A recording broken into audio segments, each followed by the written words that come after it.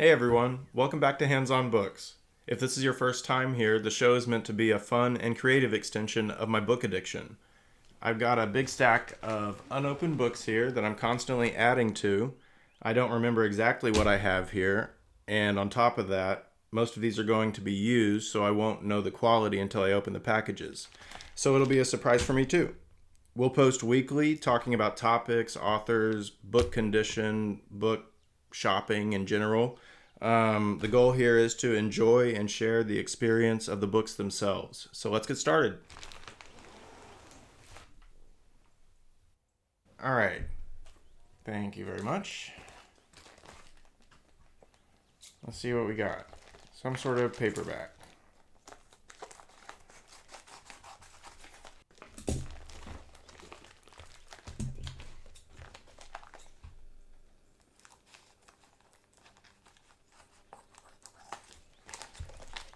Seems like vacuum sealed or something.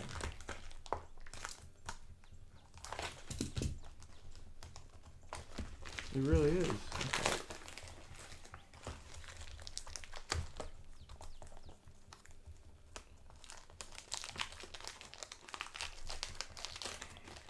This looks like weird sci-fi. Uh-oh.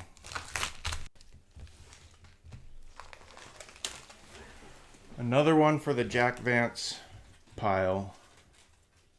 Emphyrio. Only the space pirate could find the secret that would save his people. By Jack Vance.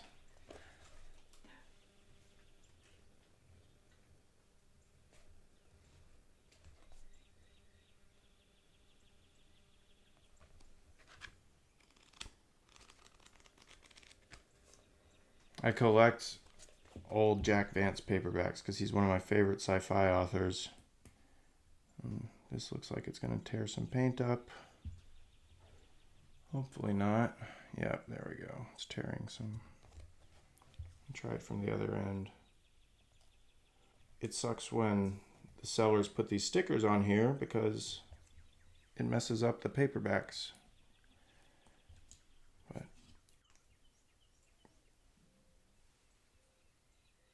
maybe I was pulling too hard and that was my fault. But okay. So I love Jack Vance. He's one of my favorite science fiction authors. Maybe not golden age. I forget when they say you're a golden age science fiction author or not.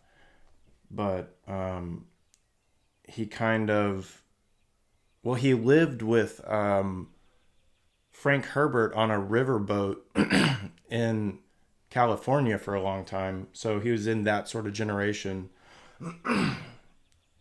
and never seemed to get the sort of credit, which maybe he's getting a little bit more now, but he was able to spin up these worlds and people that were super detailed and very, very unique, the peoples that he would create in all of his stories. So let me read the back of Emphyrio real quick.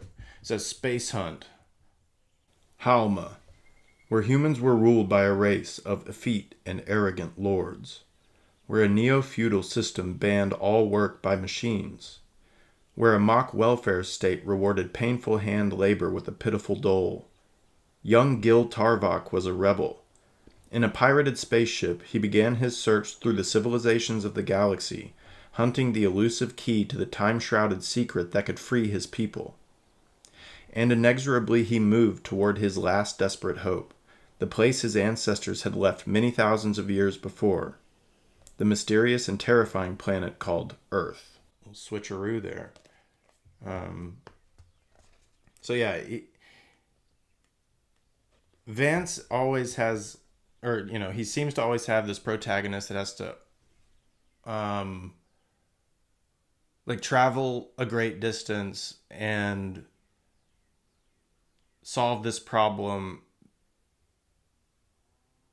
that usually has to do with like the history of a world. Vance will create these worlds that are run by charters or run by these weird like corporate structures that he creates, and then that allows him to see like what that might turn into if you start with this weird corporate structure as the beginning of your whole planetary civilization.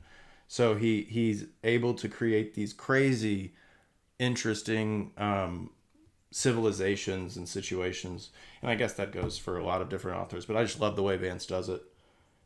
All right, so let's look at here's a little map here, and a lot of Vance stories deal with nautical stuff, whether it's on a river or an ocean or whatever. But he loved sailing, so it's a lot of cool water scenes.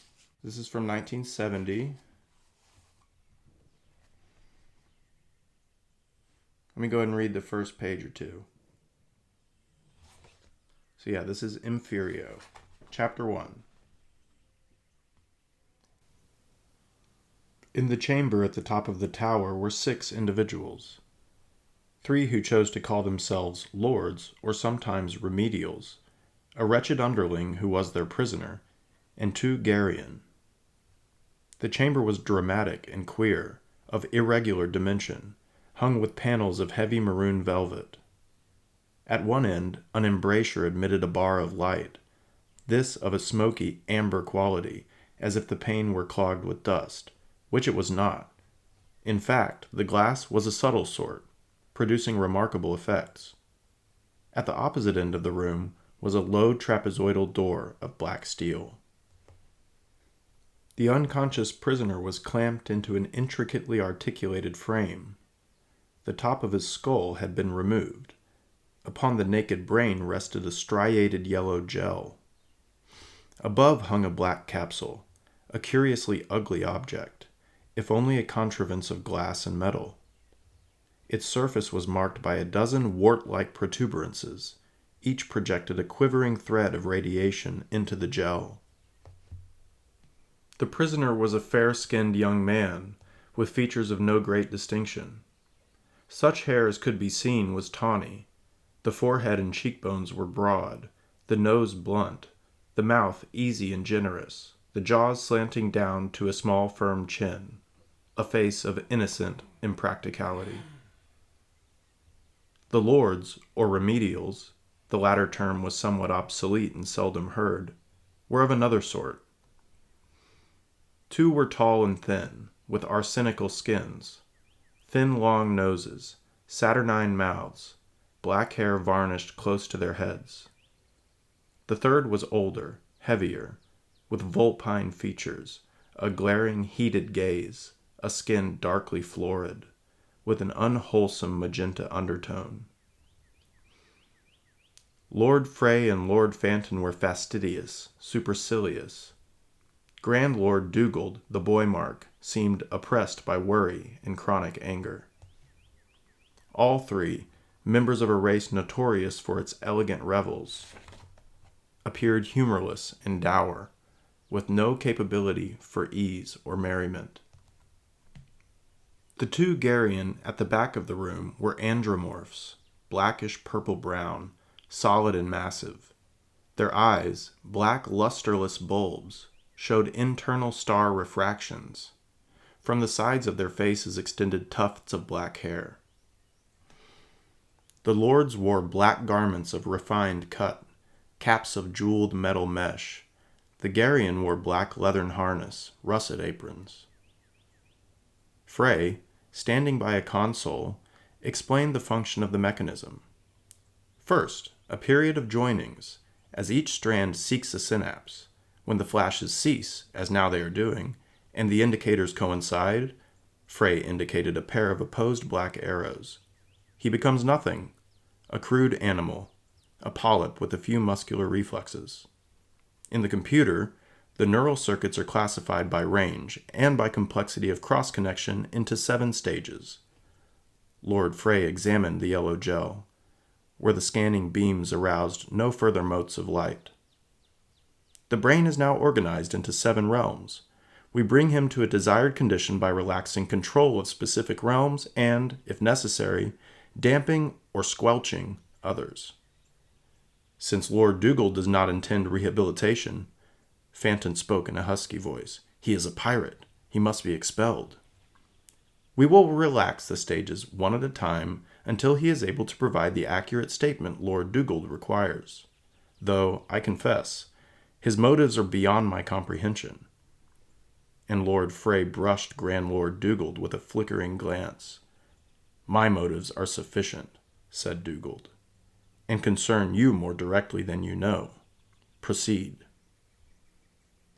I do want to read the teaser.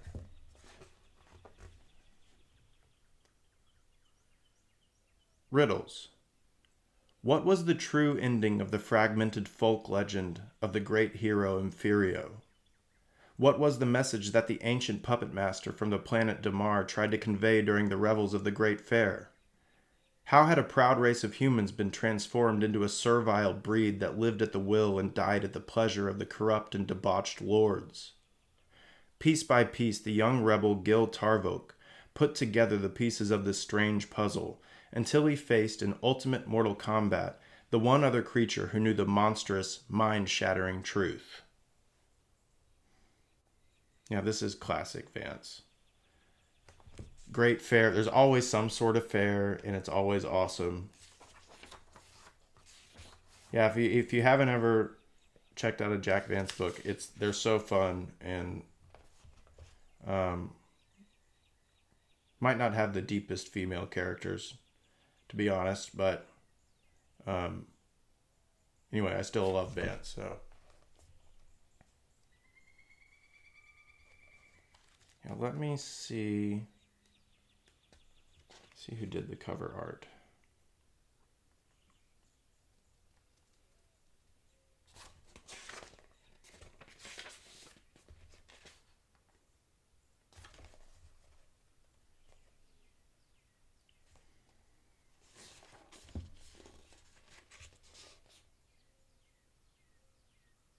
Oh, that's funny. An ad for the Andromeda Strain. It's an awesome book. No, if you haven't read the Andromeda Strain, also, that was one of my favorites as a kid. It's cool to see all these books for 50 cents, 60 cents. Robert Silverberg, Bruner, Asimov. Pretty sure there's a Robert Silverberg book in that pile right there. I've got a few John Brunner books, but I've never read any. Okay, well, I always love picking up old Vance paperbacks, and that is Emphyrio. Oh, I almost forgot. Let me see. Smells alright. Not great.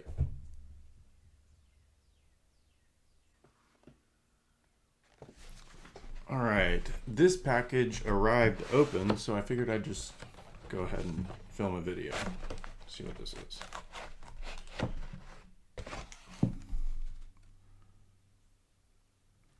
See, this is what I don't like. I thought I was buying like an old copy of this book. So I might return this. I was listening to Dr. Dan Ottrell at the Modern Hermeticist reading The Religion of Numa. He's been putting it out in a series of videos, and I definitely recommend checking it out. It seems like a really cool book in the public domain, but I must have misread the book posting because I thought I was buying like a cool 1908 hardback, and this is not that. So I'm going to have to go back and look at the receipt. So this said the book cost $6, and I was under the impression it was a cool old hardback, so that was probably too good to be true anyway. But, that's... run into this sometimes where you just order the wrong thing. I'm probably won't. I have a stack of these books that are these kind of like print-on-demand books that don't really have... like there's not a lot of like character to them, so that sort of takes something out of it for me. But it's still a book that I didn't have before, so it's hard for me to return it if I don't have like an immediate cooler replacement on the way. So this is The Religion of Numa by Jesse Benedict Carter, and might as well take a look at it. One thing I usually don't like about these print-on-demand books is the fonts are usually like, I don't know what it is, but it's kind of difficult to read sometimes.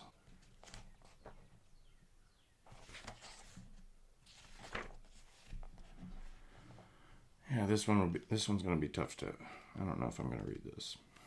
But I have a stack of these books that are like this. And some of them I like. Some of them have cool covers at least, but I'm going to go ahead and try to read the first page. The Religion of Numa. Rome forms no exception to the general rule that nations, like individuals, grow by contact with the outside world. In the middle of the 5 centuries of her republic came the Punic Wars and the intimate association with Greece, which made the last half of her history as a republic so different from the first half. And in the kingdom which preceded the republic, there was a similar coming of foreign influence, which made the later kingdom, with its semi-historical names of the Tarquins and Servius Tullius, so different from the earlier kingdom, with its altogether legendary Romulus, Numa, Tullus Hostilius, and Ancus Marcius. We have thus 4 distinct phases in the history of Roman society, and a corresponding phase of religion in each period.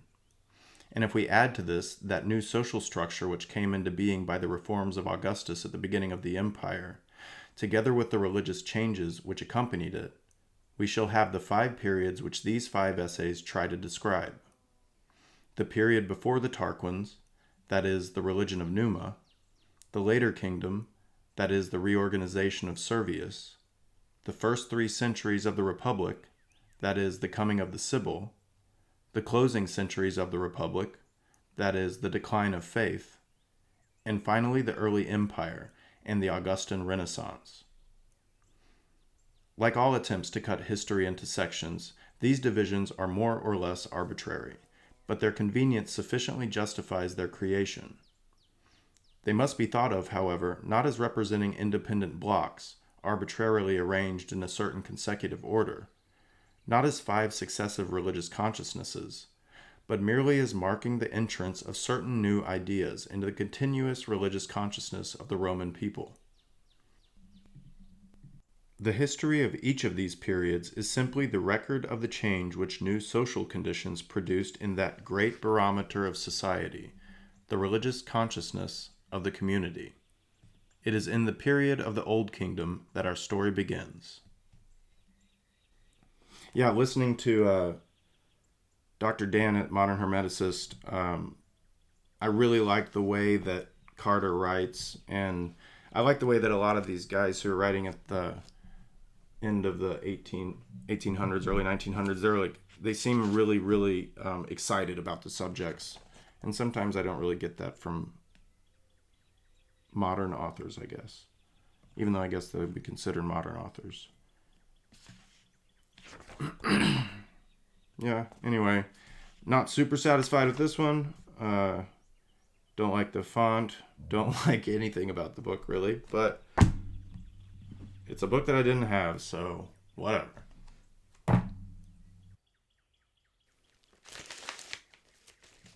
All right, let's try this again.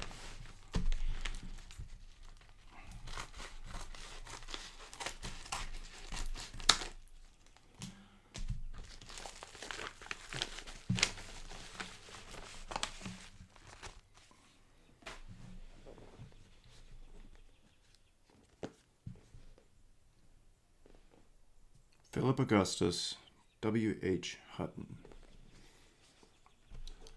Yeah, I ordered this probably a year ago. At least that's what it feels like.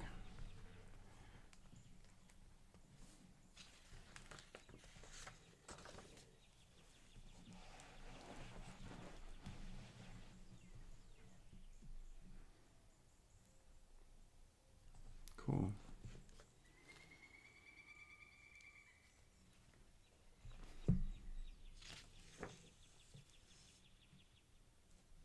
For being from 1896, it doesn't smell very strongly. Philip Augustus is one of those cool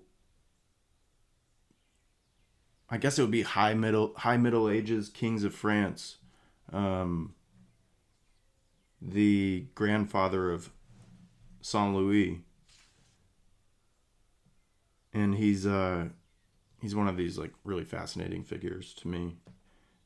I like the whole story of France anyway, but this like inexorable or seemingly like unending conflict between centralizing kings and decentralizing feudal lords. It seemed like it could never end until you get, the absolute of Louis the 14th, and then the reaction to that. But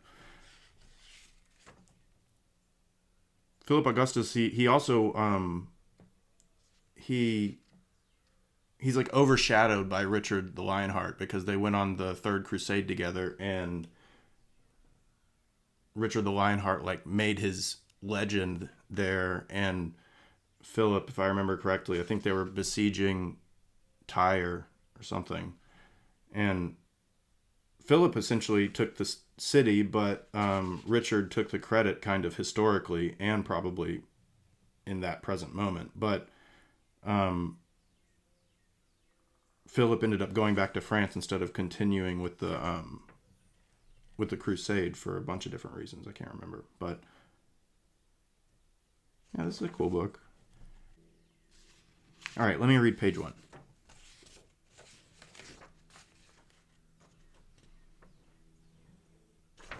Or maybe a couple pages. These are little. Chapter 1, The Frankish Monarchy in the 12th Century. France at the beginning of the 12th century was one of the smallest and least important of the European states. The Duchy of France, a title borne for 3 centuries by the house of Robert the Strong, was no domain exactly bounded and compact. Its lands were situated not only in the country between the Seine and the Loire, but lay in small and scattered fragments farther south, in Poitou, and in the north. Peculiar rights belonged to the king in distant towns and churches. He was lord in Orléans. He was abbot of Saint Martin at Tours and senior canon of the church of Saint Quentin. And step by step within the lands of the great lords of the north, of the great dukes and the great ecclesiastics, he acquired new rights by intervening to check some injustice or win some privilege on behalf of a lesser lord. This writing is pretty difficult to read for some reason. The Duchy of France was no domain exactly bounded and compact. Seems like a very intentionally difficult way of saying something. But anyway, the royal domain was the strength of the early Capets. As rich lords, they could stand against the barons who hedged them in, and appear, unlike the Carlings, at least the equals of their great vassals. But the territory which they possessed was small, and their material resources, in comparison with those of other European states, were contemptible. Entering rarely into foreign politics, and then with a conspicuous absence of dignity or success, the royal house of France saw its kingdom surrounded by foes or lukewarm friends, nearly every one of whom was superior to itself in strength. To the north and east, the Empire and Lorraine, the great dynasties of Flanders and Burgundy, were each more than an equal combatant for the Frankish king. Southwards, the kingdom of Arles, sometimes close linked to the empire, sometimes enjoying a precarious independence, stood aloof, with many marches and counties, from the influence of the central realm. The great dukes of Aquitaine and the proud house that ruled in Toulouse, scarce in their most friendly moments, professed any allegiance to the Capets. And the demon race, sprung, said legends, from the union of an Angevin count with an unearthly bride, which ruled on the banks of the lower Loire and the Maine, the borderland between France, Aquitaine, and Brittany, was gathering its powers in grim concentration of purpose for a wider sweep, which should endanger the throne of the Frankish king. The circle was completed by the great Duchy of Normandy, to which was annexed the county of Maine. But small as was its territory and slight its power, the house which ruled from Paris claimed all the prerogatives and dignity of the imperial line which it had dispossessed. It clung with sagacious tenacity to the assertion that it was the successor of the line of Charles the Great. Hugh Capet had been elected in 987 by the influence of the Church at a moment when the Carling race had dwindled into impotent decadence. He had himself been a great feudal lord, the greatest and strongest of his peers. He had large possessions. His brother Henry held Burgundy for him. The Dukes of Normandy and Aquitaine were his brothers-in-law. The Count of Vermandois was of his kin. In the 12th century, his descendants had lost the strength of his position. The great duchies around them were in alien and often hostile hands, but the grandeur of their theoretical claim was not abandoned. They were still far above the feudal hierarchy, as the heirs of the Caesars, sovereigns by divine right, the lawful kings of the West Franks. I think I want to find, let me check out there's nothing really about Philip, and there's no intro to this book. It just dumps you right into chapter 1. So there's a bunch of so Bouvines is maybe his most famous, exploit or battle that he won. So let me try to find a cool part of chapter 4 and maybe read a page or two there.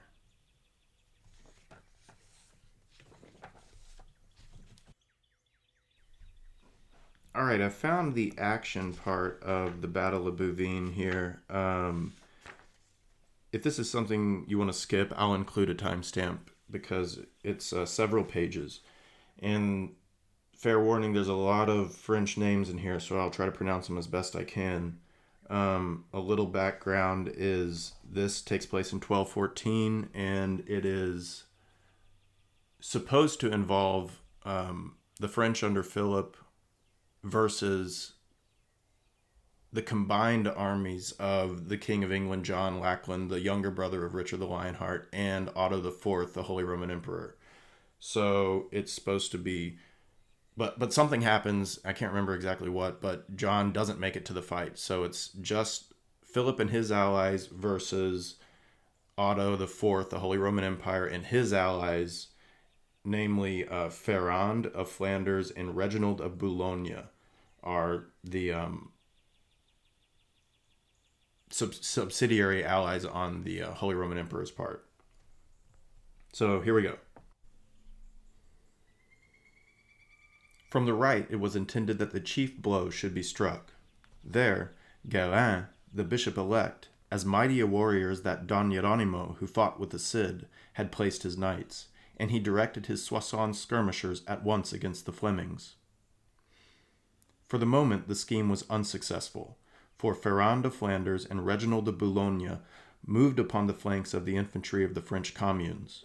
They were checked by charges of French knights, and the Count of St. Paul, like Rupert at Edgehill, drove back the right of his foes, scattering them in flight till he was surrounded, and only with much hazard could draw himself off and return. Then the Flemish infantry penetrated the French center till they reached Philip himself. For a time the two kings stood face to face, though they did not fight hand to hand. Philip himself fought with all of the impetuosity of a young knight. He flung himself into the fray and endeavored to reach Otto. Beset on every side by the enemy's foot, who tried to unhorse him with their long pikes, he cleared a way through them, cutting down foes to right and left, till a man-at-arms bolder than the rest pierced the joints of his harness between the chest and the head. The point of the pike remained fixed in the triple thickness of the collar, and the king's efforts to disengage himself served only to unhorse him and throw him to the ground. He was in great risk of being trodden to death, and the pike still remained fixed in his armor. It was a moment of extreme danger. Gallo of Montigny lowered the royal banner of the fleur-de-lis and cried aloud for help. The French knights, led by William de Bar, forced their way to his side and protected him, and Peter Tristan leapt from his horse and placed the king upon it. Philip remounted, laid about him with a will, and, says his chaplain quaintly, those who had belabored him learnt, by a like chastisement, how imprudent it is to touch with profane hands the sacred person of a king. On charged the knights of the king's household, and Otto, who had come close to Philip when he was unhorsed, found himself in the midst of his foes. Peter of Malvoisin seized the reins of his horse and endeavored to drag him from the field. Gerard La Truie, with his dagger, struck him a sharp blow on the chest, but the armor did not yield. Otto's gallant steed, rearing at a second blow, received a mortal wound, but tore in its agony the reins from Gerard's hands, and then forcing its way through the enemy for a few paces, fell dead, rolling over with its rider in the dust. In a moment Gerard of Horstmar was at his sovereign's side, and springing from his horse, placed his master thereon. For a moment the pursuit was checked by the devotion of the gallant knight, but William de Bar, pressing onwards, seized Otto from behind, placing his hand between his helmet and his neck and trying to drag him from his horse. Again the German knights closed round, Gerard and Otto of Tecklenburg and Conrad of Dortmund and a troop of Saxon knights, and plunged their swords into William's horse. It fell dead, and Otto was free and galloped from the field. On pressed the French knights in hot pursuit. The charge of William de Bar scattered all before it, and when Otto fled, the Carroccio was overturned and the imperial standard was taken. So after 3 hours' hard fighting, William the Breton, who had stood behind the king singing psalms of battle in a voice choked with sobs, could look up from his psalter and think the victory won. On the left, Salisbury and the mercenaries of Boves had forced back the French and threatened the bridge. Such a blow in the flank might have given certain victory to the Allies, but the Bishop of Beauvais led a gallant charge which retrieved the day. As the English and the mercenaries fled, Reginald de Boulogne stood sullenly aloof. From this point, the fight became a series of scattered cavalry charges and of brilliant deeds by individual knights. The Allied attacks once repulsed, the French horsemen had free space to charge, and on center and left and right again and again they hurled themselves on their foes, breaking them more and more into confusion, till at length the knights of Champagne and Burgundy and St. Paul forced the imperial left back on their center, cutting them off from Tournai, and leaving them only the woods and the marshes of Willems on which to fall back. Cramped and unable to maneuver with freedom, harassed by repeated cavalry charges, deserted by their leader and disunited among themselves, the Allied forces at last began to retreat. First went the Flemish infantry, then the mercenaries and the English. Salisbury had been captured, while the German knights without their lord still gallantly covered the retiring host. Reginald de Boulogne stood stubbornly on the field. A traitor before to Philip, he had seemed a traitor to his new allies. He now fought stoutly to the last. His square of infantry could not be taken. He extricated himself from a crowd of Franks to throw himself against Philip in person. His horse was killed under him, and at last he gave up his sword to Guérin, the bishop-elect of Senlis.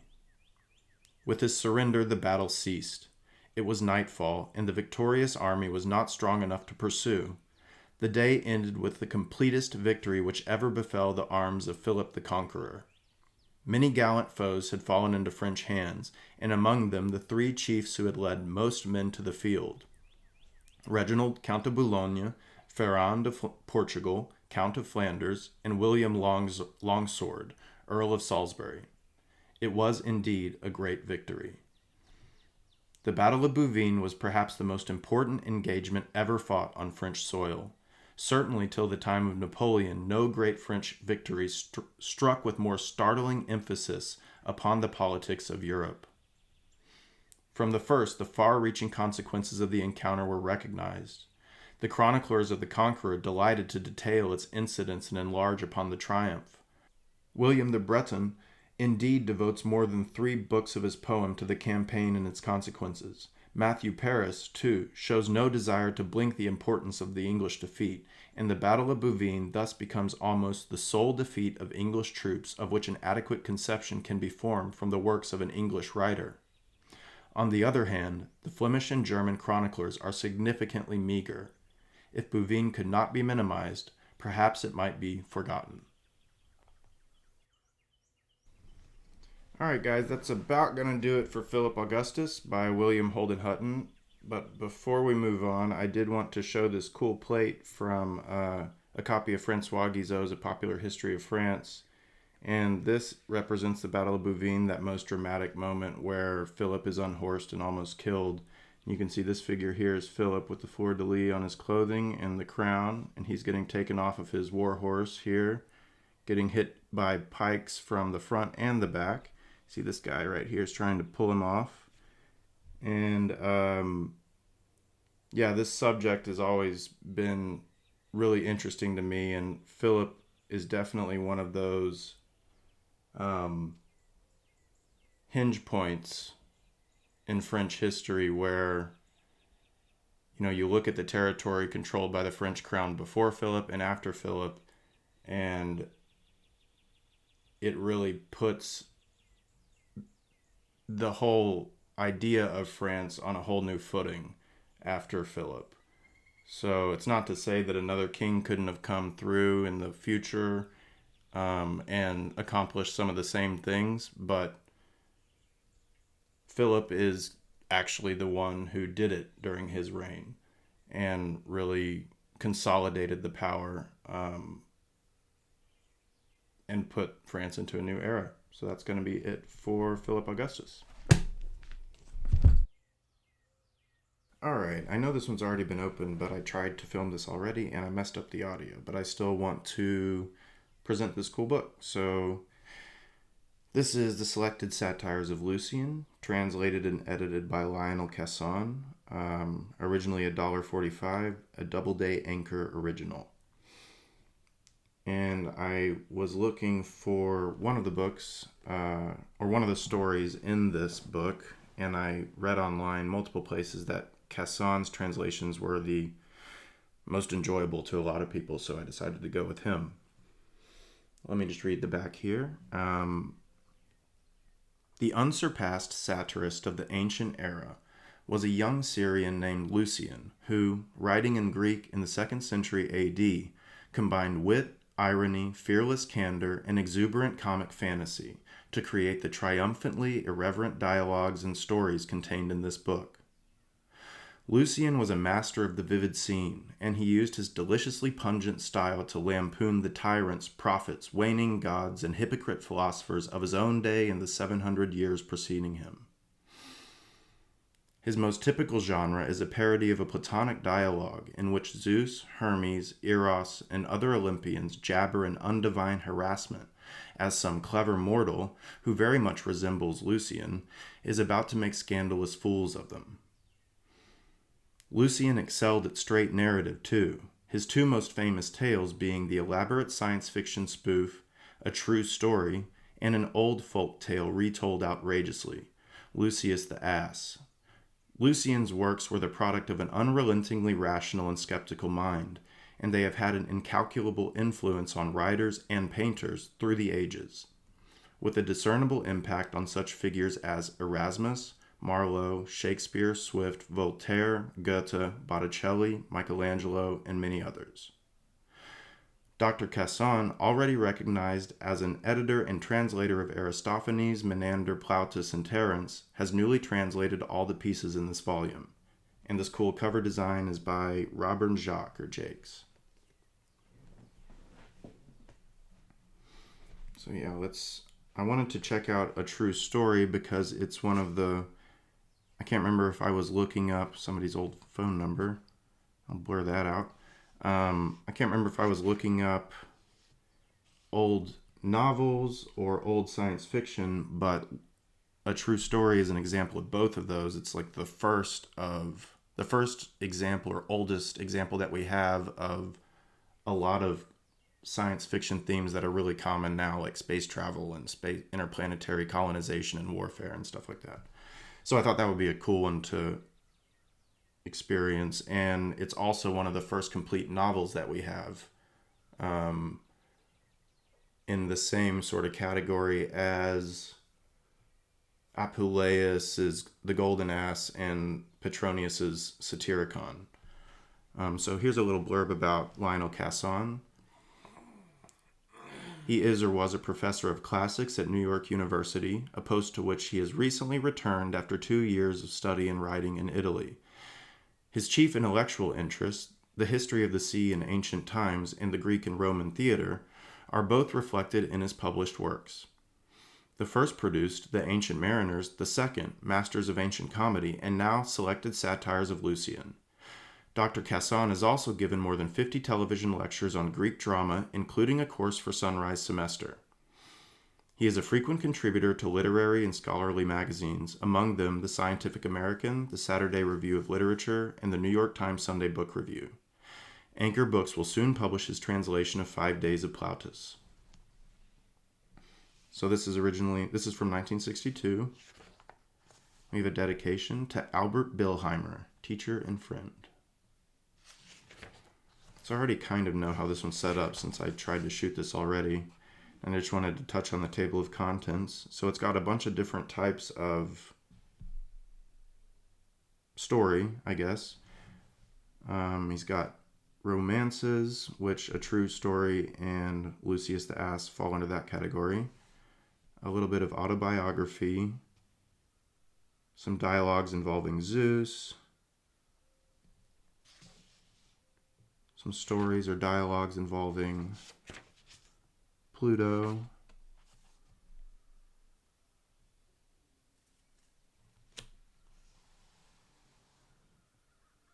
All right, let's check out the first page of A True Story. So A True Story begins with a pretty entertaining framing device. If you like that sort of thing, I would definitely check it out. But I'm going to skip it. It basically just tells you not to trust anything that he's about to say. Some time ago, I set out on a voyage from the Straits of Gibraltar. A favorable breeze carried me into the Atlantic Ocean, and I was on my way. The basic reasons for the trip were my intellectual curiosity, my thirst for novelty, and the desire to find out what formed the farther border of the ocean and what peoples lived there. I had consequently put aboard a large stock of provisions and plenty of water, and had taken on as crew 50 acquaintances who shared my interests. I had also laid in a good supply of weapons, induced, by the offer of a handsome salary, the best navigator available to go along, and had our vessel, a fast brig, made shipshape for a long and hard stay at sea. For a day and a night we sailed before a wind that was favorable, but not strong enough to carry us out of sight of land. At dawn of the following day, however, the wind made up, the sea began to run, and the sky grew dark. There wasn't even time to take in sail. We gave up and let the ship scud before the gale. For the next 79 days we were driven along by a furious storm. Suddenly, on the 80th, the sun broke through, and we saw, fairly near, a hilly island covered with forest. The sound of the surf was not too loud. By now the storm had mostly subsided. We made for the shore, disembarked, and for hours just lay on the ground, a natural thing to do after such a long ordeal. Finally we got up and decided that 30 of us would stand by to guard the ship, while I took the other 20 to reconnoiter the island. We had advanced about a third of a mile through thick forest when we came upon a bronze shaft. It was inscribed in Greek, and the legend, dim and worn, read, "This marks the spot reached by Heracles and Dionysus." And pressed in the rock nearby were 2 sets of footprints, one 100 feet long, the other somewhat less. I figured the smaller were Dionysus's and the larger Heracles's. We paid our respects and pushed on. So that is the selected Satires of Lucian, translated and edited by Lionel Casson. Pretty cool little book. 1962 paperback. Smells okay, not as good as a Penguin Classic, but altogether pretty neat little book. Thank you. Alright guys, we're going to do the recap video. It's storming outside, so if you hear any thunder, that is why.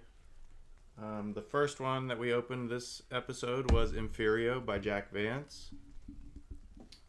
I just wanted to mention that there's a lot of Jack Vance audiobooks on YouTube that you can find probably a bunch of other places too, and I'll link several of those in the description.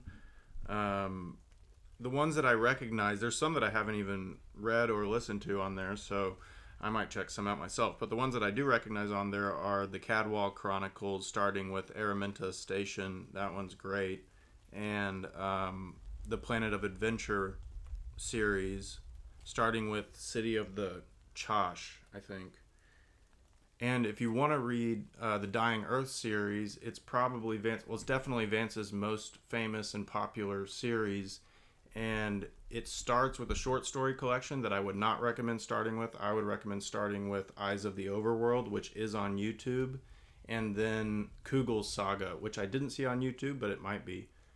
Both of those are great full-length books, and then there are 2 short story collections that come, one at the beginning called The Dying Earth, and one at the end called Rialto the Marvelous. So those are just some recommendations, and like I said, I'll link to those in the description. Another thing is the person who introduced me, or the show that introduced me to Jack Vance, is called Radio War Nerd, and they have one standalone full episode purely on Jack Vance and Gene Wolfe, and I'll put a link to that in the description as well. That is episode 165 of Radio War Nerd. And then there's also another great episode, number 64, on sci-fi and fascism. So I would definitely recommend both of those. And those guys are great. And I would recommend going and subscribing to their podcast on Patreon as well. I also caught myself when I was editing this saying that Vance and Herbert lived on a riverboat together for a long time, and then I realized I didn't really know what I was talking about. So I went and looked up the story again to refresh my memory, and it's so cool. I'm just going to read it, and then we'll move on to the religion of Numa. This is taken from vancemuseum.com. In 1962, Vance enlisted Frank Herbert and Poole Anderson in a joint venture to build a houseboat for use as a floating cottage on the waterways of the nearby Sacramento River Delta.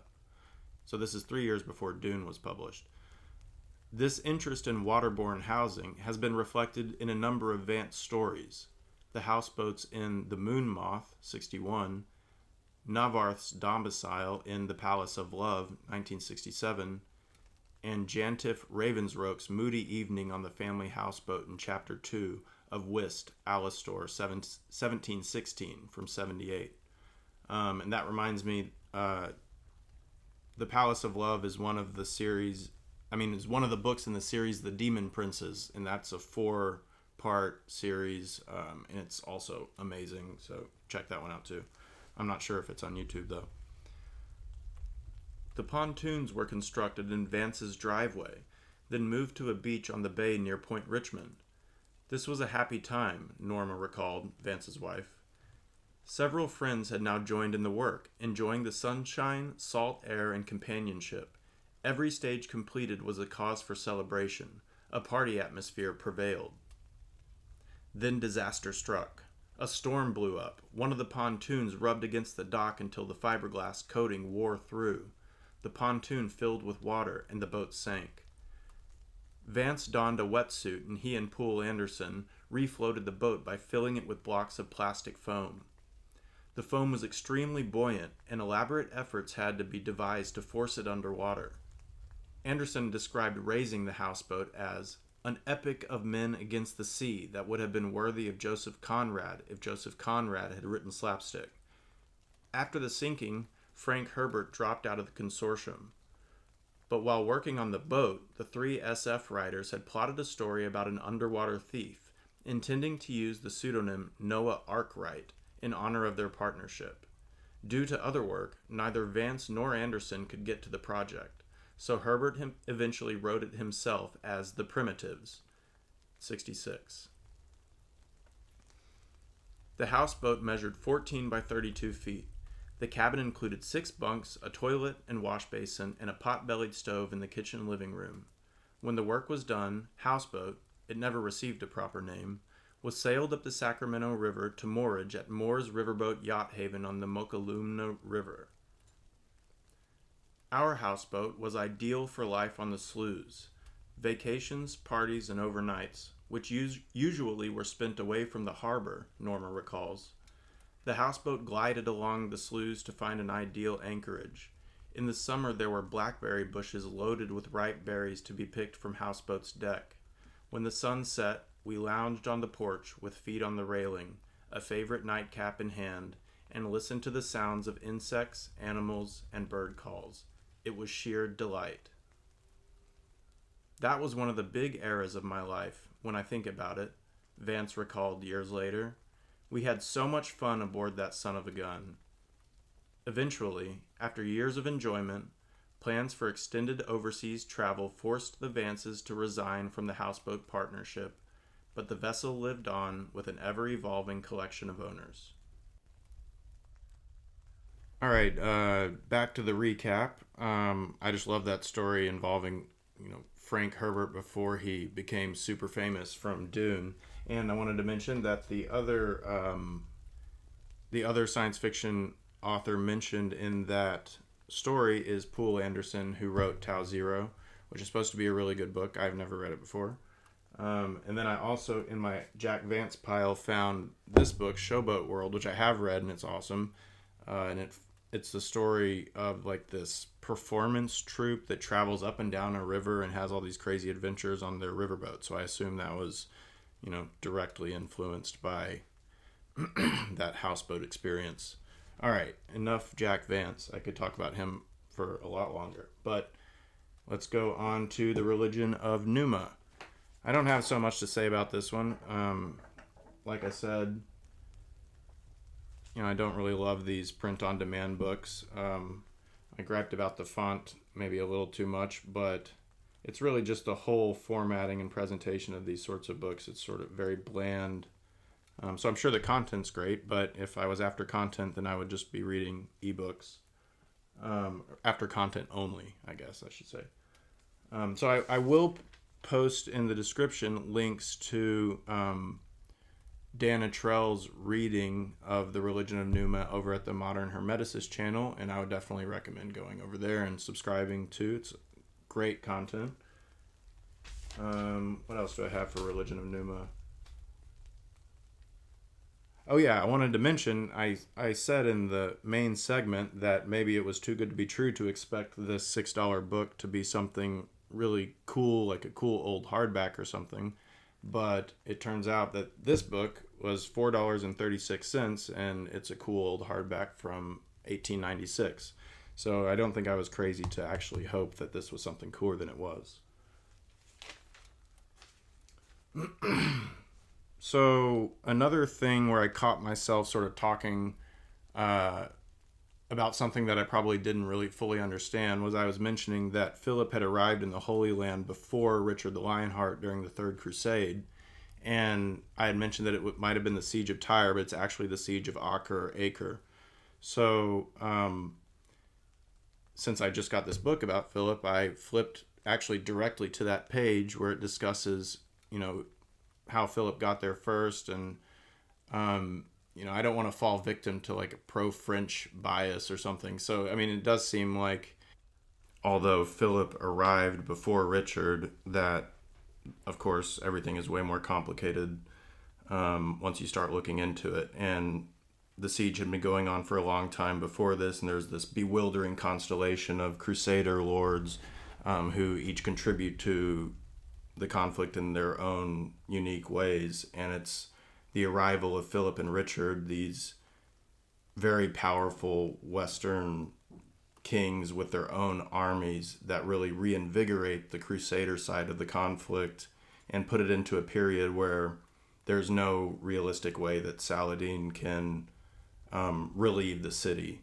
So there is some conflict between Richard and Philip about how to carry forth the siege. And if you would believe the chroniclers, and Hutton mentions this viewpoint, the French chroniclers say that, Philip decided to wait to take the city until Richard and the English arrived to share in the glory. That seems ridiculous. But anyway, here's a little bit more information from Hutton on Philip and their arrival in the Holy Land and the Third Crusade. It was on Saturday, March 30th, 1191, that Philip at length set sail from Messina, and 3 weeks later he arrived at Acre. The weary knights rejoiced, says William the Breton, to leap upon the sand by the walls of the great city which he calls Acheron. The siege had been in progress for a year and a half, and Guy de Lusignan had been joined by many of the crusaders. The besieged were hard pressed, Saladin was unable to relieve them, and it seemed as if the coming of Philip would at once restore the city to the Christians. As soon as he arrived, he mounted his horse and rode round the whole of the works of the besieging force. "It is strange," he said, "with so many warriors here, that the town has been so long in taking." He pitched his tent so near the walls that the enemies of Christ often shot their quarrels and arrows right up to it, and even beyond, and he at once set his engines to work against the fortifications. Richard did not reach Acre till June, and the French chroniclers say that Philip could have taken the town long before, if he had not wished the English to share in the glory of its capture. The forces had increased almost weekly, and there was no man of great power or fame who did not come sooner or later to the siege of Acre. Still the siege lingered. Philip fell sick of the strange disease with which the Crusaders were so often afflicted. He was wasted with fever, lost his hair and his nails, and was long before he could rise again from his bed. It was not until July 12th that the city surrendered. Philip took possession of the house of the Templars, and Richard, with his young wife, entered the palace, which had of recent years been a favorite residence of the kings of Jerusalem. The stern Saracens passed out from the town, calm as if they were themselves the victors, and the Christian knights marveled at their cheerful looks. One last thing on Philip Augustus. This whole book is in audiobook format on YouTube, so I'll post that in the description, along with some relevant audiobook segments from Francois Guizot's A Popular History of France, which is also on YouTube. Lucian. So I've actually read more of this since I filmed the Lucian segment, and it is like very entertaining. His writing style is like super playful and joking and humorous, and it's like constantly making all these puns to other myths and Greek literature and stuff like that. So it's very fun to read. I'm maybe like 30 pages into a true story, and they travel to the moon and to the sun and to Venus and back to the earth, get swallowed by a whale. It's like, great stuff. And then I read the full story called, at least in this book, it's called Zeus the Opera Star, which was really interesting, and it's about the gods freaking out because an Epicurean is destroying a Stoic who believes in the gods in a public debate, and they're all very worried that the people are going to stop sacrificing, therefore they would starve in Olympus without any humans to sacrifice to them. So I would definitely recommend Lucian. It's fun to read something from 1900, 1800 years ago. All right, guys. I'm just going to run through the pricing for these, and we will get out of here. Emphyrio by Vance was $6.50 with free shipping. Definitely satisfied with that one. I always love to get a new Vance paperback, almost regardless of what the quality is or anything. Religion of Numa, this print-on-demand book, was $6 plus $4 shipping, so definitely not satisfied with this one. Philip Augustus was $4.50 and $7.50 shipping. And this one was shipped from the UK, so it took like months and months to get here because I paid so little in shipping. And this was actually the first book that I decided not to open because we decided to do this show. So it was nice to finally get to open this one because it's been about 6 months since I ordered it. Lucian was $7 plus $5 shipping. So, on the whole, I'm definitely satisfied with all of these. And I'm sure this is a cool book if you discount the book itself. But, yeah, all in all, a good haul.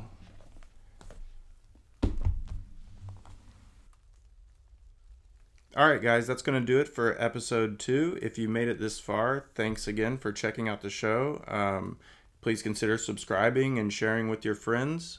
And until next time, happy reading.